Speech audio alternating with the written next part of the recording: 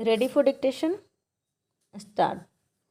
देश में जनप्रतिनिधियों की सुरक्षा के लिए सजग रहने की ज़रूरत है।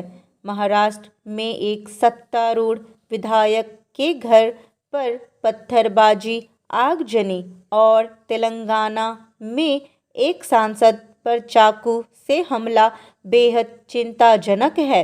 ये दो ताज़ा मामले इस बात के भी संकेत हैं कि जनप्रतिनिधियों के विरुद्ध समाज के कुछ वर्गों में बड़ी नाराज़गी है और नेताओं को अपनी सुरक्षा के प्रति सचेत रहना चाहिए। जिन इलाकों में नेताओं का बहिष्कार या विरोध हो रहा है, वहाँ सुरक्षा एजेंसियों को ज़्यादा सावधान रहना होगा। पहले भी हमने मणिपुर में जनप्रतिनिधियों के खिलाफ गंभीर रोष देखा है। ध्यान रहे, महाराष्ट्र के बीड जिले के माजलगांव में राष्ट्रवादी कांग्रेस पार्टी के विधायक प्रकाश सोलंके के घर पर पहले पत्थरों से हमला किया गया और फिर उनके परिसर में खड़े वाहनों में आग लगा दी गई। स्थानीय राजनीति चाहे जो हो, पर जो लोग भी ऐसी हिंसा का नेतृत्व कर रहे हैं, उन्हें बाज आना चाहिए। लोकतंत्र में किसी नेता से कोई मांग करना या उम्मीद रखना जायज़ है, मगर किसी नेता पर हमला बोलना या उसे नुकसान पहुंचाने की कोशिश करना अपराध है। अगर कोई नेता अपेक्षाओं पर खरा नहीं उतरता है, तो चुनाव हराकर दंडित करने का रास्ता लोकतंत्र में उपलब्ध है, उसे आजमाना चाहिए। यह बहुत दुखद है कि तेलंगाना के सांसद के पी रेड्डी पर सोमवार दोपहर सिद्दीपेट जिले के सुरमपल्ली गांव में चाकू से हमला हुआ।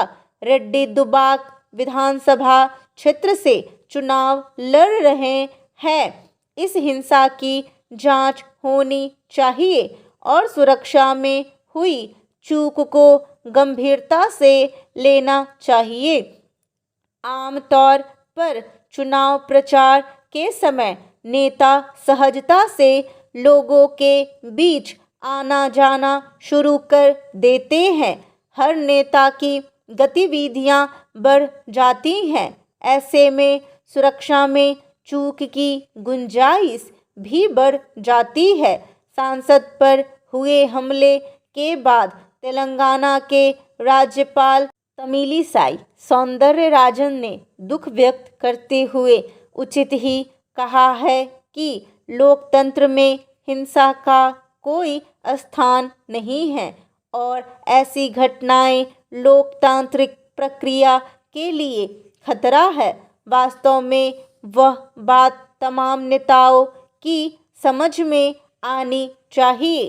अनेक मौके ऐसे आए हैं जब बड़े राजनेताओं ने भी अपनी राजनीति के किसी न किसी मोड़ पर हिंसा को तार्किक ठहराने की कोशिश की है। अपने देश में नेताओं की पृष्ठभूमि में हिंसा के तत्व असामान्य नहीं हैं। दागदार नेताओं की दुनिया में सुधार के लिए काफ़ी कोशिशें पहले हुई हैं, पर अभी बहुत कुछ करने की ज़रूरत है।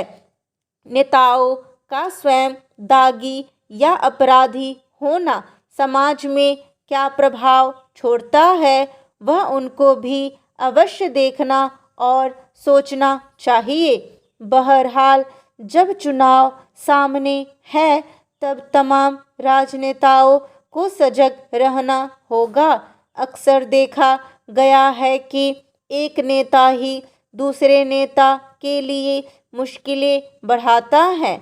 आने वाले दिनों में अगर नेतागिरी हिंसा की राह पर चलेगी, तो इसका सर्वाधिक नुकसान नेताओं और उनके कार्यकर्ताओं को ही होगा।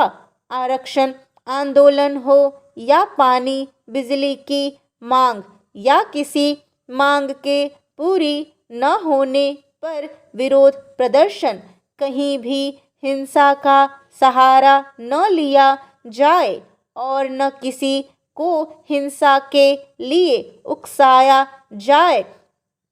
चुनावी मौसम में ऐसे सियासी ढर्रे से बचना होगा। राजनीति में हिंसा दो धारी तलवार की तरह है। यह तलवार न रहे तो भारतीय लोकतंत्र के लिए ज़्यादा अच्छा है।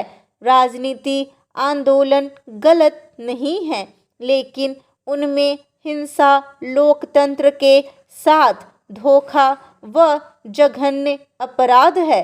ऐसे हिंसक तत्वों को पूरी कड़ाई से दंडित करने की भी ज़रूरत है, ताकि कोई भी हिंसा की न सोचे।